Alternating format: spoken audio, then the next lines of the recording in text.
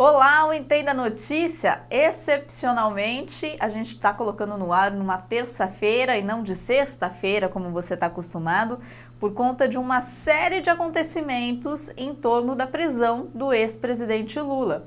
A ordem de prisão contra ele foi emitida na última sexta-feira, dia 6 de abril, e por isso, e aí aconteceram muitos desdobramentos até que a prisão acontecesse de fato. Por isso a gente resolveu colocar no ar o Entenda Notícia hoje, depois de tudo consumado, digamos assim. Tudo começou lá na quarta-feira, dia 4 de abril, com o julgamento no STF do habeas corpus preventivo que a defesa do Lula entrou. Tudo isso para evitar a prisão dele. Porque houve um julgamento da segunda instância, da Justiça da Segunda Instância do Tribunal Regional Federal da 4ª Região de Porto Alegre, que manteve a condenação do Lula. Na verdade, o juiz Sérgio Moro havia condenado ele por corrupção e lavagem de dinheiro a 9 anos de prisão. O caso foi para a segunda instância. Os juízes da segunda instância mantiveram a condenação, mas aumentaram a sentença para 12 anos de prisão.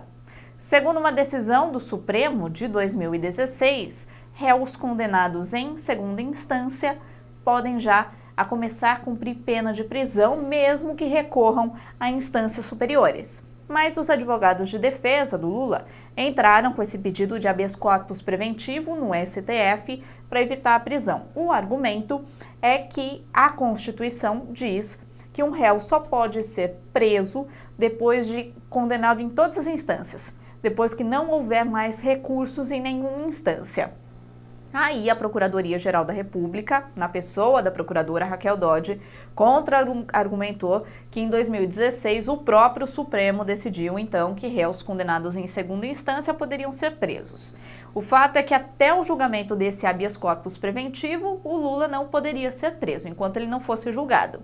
O julgamento aconteceu então no dia 4 e por 6-5 os ministros do Supremo decidiram negar o habeas corpus ao Lula. A decisão foi comunicada ao Tribunal Regional Federal da 4ª Região, que, por sua vez, enviou um ofício ao juiz Sérgio Moro, porque ele é o juiz responsável pela Operação Lava Jato em primeira instância e, por isso mesmo, ele deveria expedir essa ordem de prisão que seria cumprida pela Polícia Federal. Então, no dia 5, na verdade, o julgamento foi no dia 4, no dia 5, 17 horas depois do fim do julgamento, o juiz Sérgio Moro expediu esse mandado de prisão e pegou todo mundo de surpresa. Jornalistas, advogados, juristas, porque todos achavam que o juiz Sérgio Moro só expediria esse mandado de prisão depois de um último recurso em segunda instância que o Lula ainda poderia entrar, que seriam os embargos dos embargos. É uma medida prevista em lei, mas que não muda em nada a sentença. Os advogados só poderiam questionar algumas decisões dos desembargadores, tirar dúvidas dessa decisão dos desembargadores, mas não muda a sentença. Então, o que se esperava é que a ordem de prisão só seria emitida, expedida, depois desses embargos dos embargos. A lei diz o contrário, diz que não, que a ordem de prisão já poderia ser expedida antes, e foi o que aconteceu. Mas aí foi uma jornada até de fato acontecer a prisão do ex-presidente Lula. Você deve ter acompanhado aí pela mídia que cobriu esse caso exaustivamente no fim de semana. O juiz Sérgio Moro concedeu ao ex-presidente Lula o benefício de se entregar voluntariamente à Polícia Federal até às 17 horas do dia 6 de abril, que foi sexta-feira. Isso pelo fato de ele ser um ex-presidente da República. O Lula estava no Sindicato dos Metalúrgicos de São Bernardo do Campo e ficou lá por mais de 35 horas. Passou o prazo das 17 horas da sexta-feira, ele não se entregou à Polícia Federal. Os advogados dele entraram com um novo pedido de habeas corpus para que a prisão não acontecesse. O Superior Tribunal de Justiça negou esse habeas corpus também. E aí, do outro lado, a Polícia Federal disse que não iria buscar o Lula lá no Sindicato dos Metalúrgicos para evitar tumulto, porque várias pessoas partidárias, militantes, estavam ali na frente do sindicato para manifestar apoio ao ex-presidente. Então, segundo a Polícia Federal, Se os agentes fossem até lá cumprir esse mandado de prisão, iria gerar um tumulto enorme, então queria-se evitar isso, então aí foi aberto um canal de diálogo entre a polícia e os advogados do ex-presidente. Passou a sexta-feira, veio o sábado, no sábado estavam previstos alguns eventos, então o Lula participou, foi a primeira vez que ele saiu do sindicato, foi até ali à frente, junto com os militantes, participou de um ato religioso, uma celebração em memória à ex-primeira-dama Marisa Letícia, que morreu no ano passado. Logo depois, o Lula fez um discurso para os militantes, um longo discurso para os militantes, e aí também vale ressaltar que a Arquidiocese de São Paulo criticou esse ato religioso que aconteceu ali em São Bernardo, porque foi feito um uso político desse ato religioso. E aí, enfim, depois do discurso do Lula, depois de todos esses eventos aí no sábado, ele se entregou aos agentes da Polícia Federal que estavam ali em frente ao sindicato, foi até a sede da Polícia Federal em São Paulo e de lá ele seguiu de avião até a sede da PF em Curitiba, onde cumpre prisão, então, em uma cela especial também, separada de outros presos, inclusive da Operação Lava Jato, que estão lá também pelo fato de ser ex-presidente da República. Agora, o fato, todo esse evento, todo esse acontecimento acabou? Ainda não. Ainda cabem mais recursos. Então, nem esse fato da prisão do Lula ainda é definitivo por alguns motivos. Primeiro, já nessa quarta-feira, o Supremo Tribunal Federal pode julgar um outro caso que é chamado de ADC, que são ações declaratórias de constitucionalidade. Isso significa que o ministro Marco Aurélio Mello, que é ministro do Supremo, deve colocar em votação no plenário do STF essas ações que dizem respeito à decisão do próprio Supremo de prender réus condenados em segunda instância, lá de 2016. Isso veio por uma decisão liminar, ou seja, provisória. Então o ministro vai colocar para os outros ministros decidirem também se isso é constitucional, se está de acordo com a Constituição ou se essa decisão vai ser revista. Se por um acaso essa decisão for revista e o Supremo decidir que um réu condenado em segunda instância não pode ser preso, tanto o ex-presidente Lula quanto todos os outros réus condenados do país em segunda instância podem pedir a liberdade e aí serem presos só no caso de serem condenados em segunda instância. Então tá para acontecer esse caso também. Então, se por um acaso os ministros revisarem essa decisão e decidirem que um réu só pode ser preso depois de condenado em instâncias superiores, que não a segunda instância, tanto o ex-presidente Lula quanto todos os outros réus da Lava Jato e todos os outros réus presos depois de condenados em segunda instância do país, podem aí entrar com um pedido de liberdade. Então afeta milhares de presos brasileiros.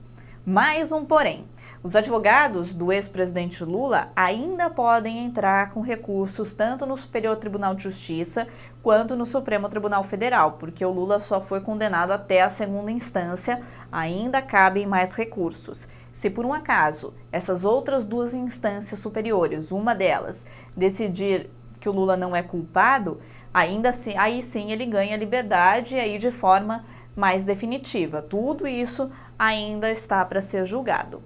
E tem mais ainda, né? Toda essa decisão ainda pode influenciar nas eleições desse ano. A gente tem eleição presidencial agora em 2018.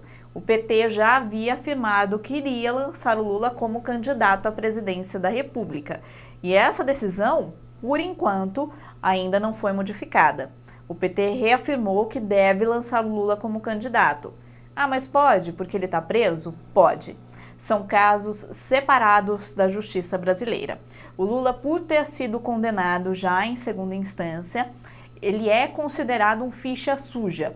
Ele se enquadra na lei da ficha limpa, fica inelegível por 8 anos por ser um réu condenado em segunda instância.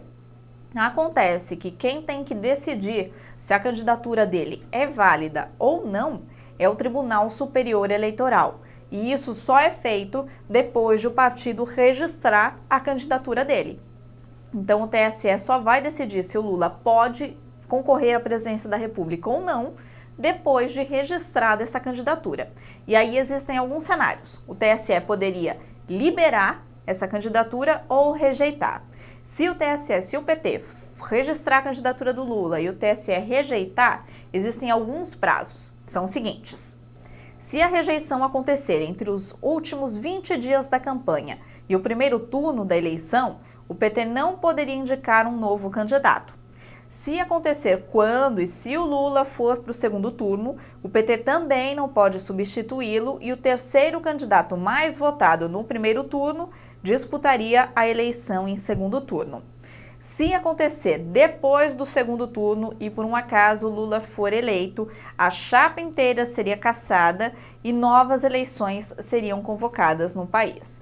Tudo isso a gente só vai saber se o PT decidir realmente lançar o Lula candidato, lembrando, nas pesquisas que apareciam antes dessa condenação toda, ele aparecia ali praticamente empatado com outro pré-candidato à presidência da República, o Jair Bolsonaro. Então, muito provavelmente, o PT vai manter essa decisão de colocar o Lula como candidato e depois a decisão fica para o TSE, que costuma decidir antes de começar o primeiro turno, antes de começar a campanha eleitoral. Então, mesmo preso, o Lula tem sim direito a ser candidato. Segundo a Constituição, um cidadão brasileiro só perde os direitos políticos se ele for condenado em todas as instâncias da justiça brasileira. Antes disso, ele pode fazer campanha eleitoral mesmo preso. E esse caso todo ganhou essa repercussão por alguns motivos. Primeiro, porque o Lula é uma figura emblemática da política brasileira, está na vida política já há várias décadas. E outra, porque essa decisão do Supremo em relação ao habeas corpus preventivo dele poderia afetar muitas outras decisões do Supremo. Os ministros poderiam usar essa decisão para basear outros casos que chegassem ali ao tribunal. Então, baseado nessa decisão de não dar o habeas corpus ao Lula, eles podem usar isso para tomarem outras decisões em casos parecidos. Então é por isso que esse caso ganhou tanta repercussão e, pelo que a gente está vendo, ainda vai seguir no noticiário por muito tempo, pelo fato de o STF ainda ter mais um recurso para julgar, essas ADCs para julgar, que podem afetar o Lula e outros réus, e por conta de as eleições estarem aí batendo a porta, e provavelmente nós vamos ouvir ainda o nome do Lula nesse começo de campanha eleitoral. É isso, sexta-feira dessa semana então, tem mais Entenda Notícia. Até lá!